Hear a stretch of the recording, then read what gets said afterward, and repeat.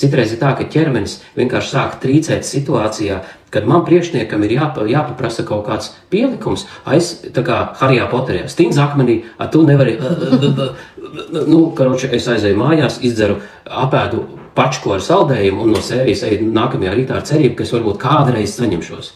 Man arī tādi bija cilvēks konsultācija. Kad Zigmārs pats izgāja cauri terapijai, kāds bija sajūts? Var teikt, ka mēs gadu gājām cauri šīm terapijām. Turpinām joprojām uzturēt. Un man pirms tam bija virsū kronis, kad es esmu pats gudrākais, starp citu, tāpēc, kad es biju ļoti, ļoti daudz grāmatas izlasījis, ļoti daudz podkastus, ļoti daudz informāciju par ezotēri, par enerģijām, par visu šito un ļoti daudz. Un šīs terapijas man palīdzēja bišķi tā kā attiekties, saprast, ko tad es pats konkrēti dzīvē.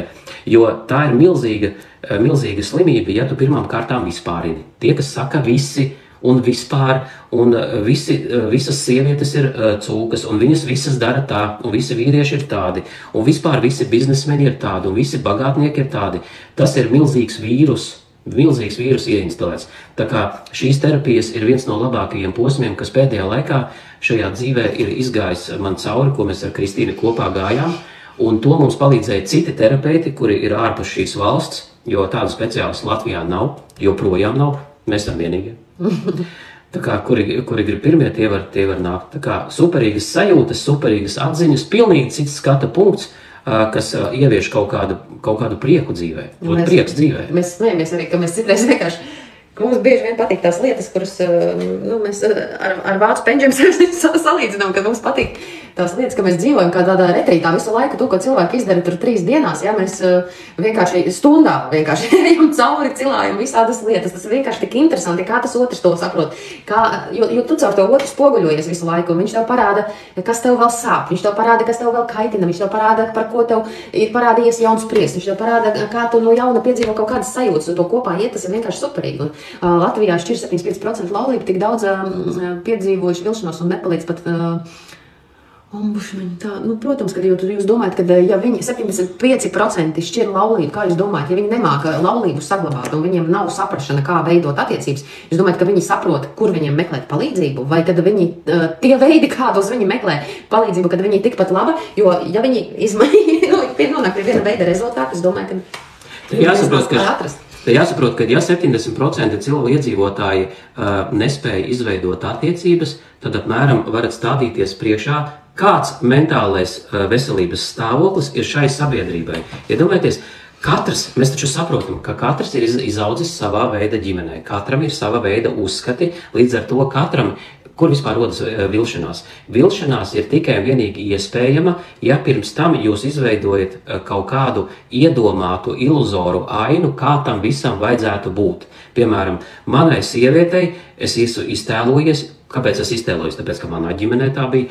Es iztēlojos, jo es redzēju savā ģimenē, ka mamma dara tā. Es tagad iedomājos, ka manai sievai ir jādara tā. Protams, ka šī sieva dara savādāk, ne tā kā mamma, jo viņa ir augusi citā ģimenē, un es viļos. Līdz ar to, tas, ka cilvēks viļās, viņš ir pats pilnīgs loks. Nav variantu, viņš pats ir izveidojis iluzoru kaut kādu, un līdz ar to viņš nespēja strādāt ar savu šito iluzoro iedomāto pasauli. Tāpēc arī saka, ir jāsāk ar sevi, nav variantu. Ko jūs darījāt, kad jaunāki bijāt, man ir 22 derētu padoms. Ja mēs būtu tavā vietā un jau klausītos kaut ko tādu, mēs noteikti sāktu šo lietu daudz agrāk. Mēs vienkārši agrāk arī daudz ar bullshit nodarbojāmies un vienkārši pilnīgi muļķības savā dzīvē pieļāvām daudzas lietas. Bija daudzas iespējas izšķirties un nepalikt kopā, un galvenais tas pievilcējs spēks. Tā ir tā mīlestība, ka tu vispārībā saproti, ka tu saproti, lai kāds, tu nesaproti savu rīcību, ja? Kāpēc tu esi tāds muļķis, tu dari kaut kādas pilnīgas muļķības, ja? Bet tu tik un tā gribi būt ar to cilvēku kopā, ja? Un līdz ar to, kad ir šī saprašana, mēs gribam būt kopā, bet tās mūsu traumas rauj katru uz savu pusi, un ziniet, kad iet pie astrologiem un pie visādām gudrām tantēm un visām šitā te, viņas visas stāstīja, cik mēs esam nesadarīgi, un tad man ir tāds tā kā, Kā? Tas man sevī patīk vislabāk, ka es esmu tāda ļoti emocionāla. Man patīk uzvilkties uzreiz, kā tas tā var būt. Es gribu uzzināt, kas tur var būt savādāks, tāpēc tā nevar. Un man patīk apšaubīt visu. Tad, kad es tam visam izšaubos cauri, arī viņam ir daudz grūtāk man būt blakus, tāpēc, ka man vajag no sākuma visas viņa lietas apšaubīt. Man vajag, lai viņš man pierāda, ko viņš tad īsti tur ir izsmaziņojis. Ja? Viņam nav tā, ka viņš pateiks, un tad man arī, man pofik, kas tev tur ar to plānu. Man gribas zināt, ko tu darīsi, bet kāpēc tu domā, ka tas strādās, pierādi. Ja? Un daudzi teica, jums nav vispār ko kopā darīt. Ja? Un tad mēs sākam smadzeņot kaut kur dziļāk, kāds paskatās dziļāk, kāds saka, nē, tur tomēr kaut kāda iespēja. Un mēs saprotam, ka mums jau vienalga, ko tie citi saka. Jo būtībā pēc zvaigznēm mums jau vajadzēja vispār iet jau citam, katram savu taciņu noteikti, ja tā skatītos vai ne. Bet tā saprašana, kad tā nevar būt.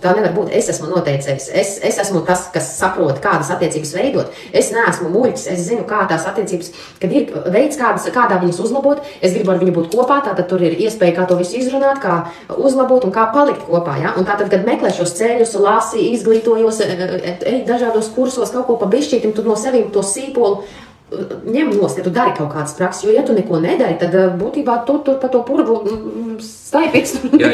Grūtākais ir strādāt ar sevi un noņemt to kroni. Tas ir tā atzīt sevi problēmu, atzīt manī problēmu, tad, kad tu atzīsti, to ar viņu var atrisināt un tā tālāk. Protams, kad terapija ir ļoti ātrs, straušs veids, tas, kas ļoti ātri var atrisināt lietas, lai jums nav jācīnās turpmākie 8 gadi ar viena veida problēmu, kamēr jūs paši tam izkulsieties cauri, bet gadi būs pagājuši. Naudu jūs vēl varat paspēt nopelnīt, kaut miljonāri jūs varat kļūt, bet, diemžēl, laiku, kas ir dārgākais resurs, kas jums ir iedots, jūs neatgūsiet. Un mēs arī piedāvājam caur terapijām, jūs atgūstat to laiku, jūs viņu nepazaudējat turpmākos gadus.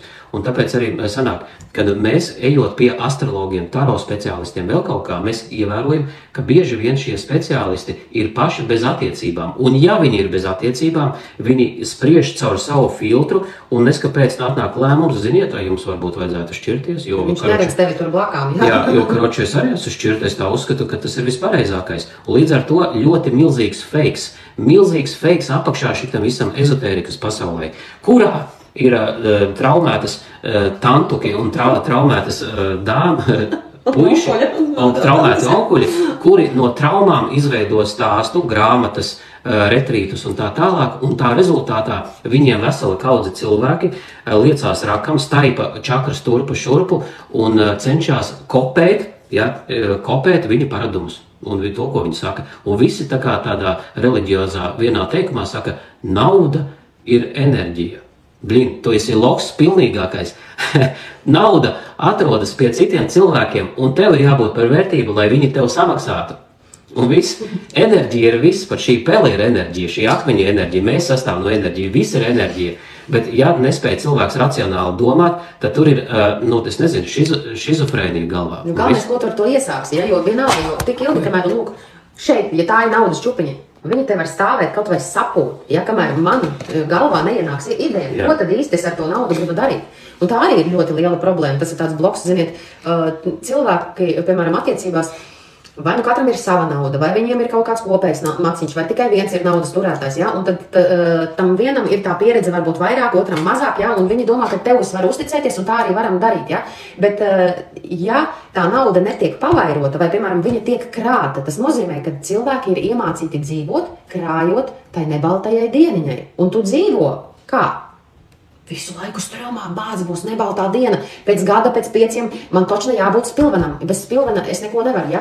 Tu esi resurs, tu esi tas, kas nopelna, tu esi tas, kas izdomā, tu esi tas, kas dara, un paskaties, vai tava mamma krāja, vai tavs tētis krāja. Kas tev iemācīja to, ka tev ir jākrāja? Tas nav slikti krāt, bet ja tu māki arī to izmantot tā, lai tu dzīvotu, jo ja tu nedāvini sev nekādas lietas, ka tavs ķermenis saprot, jā, ir vērts strādāt, jo es dabūnu kaut kādus bonusus, es dabūnu kaut kur atpūsties, es dabūnu kaut ko foršu, nevis, man ir atvaļinājums, taisam remontu.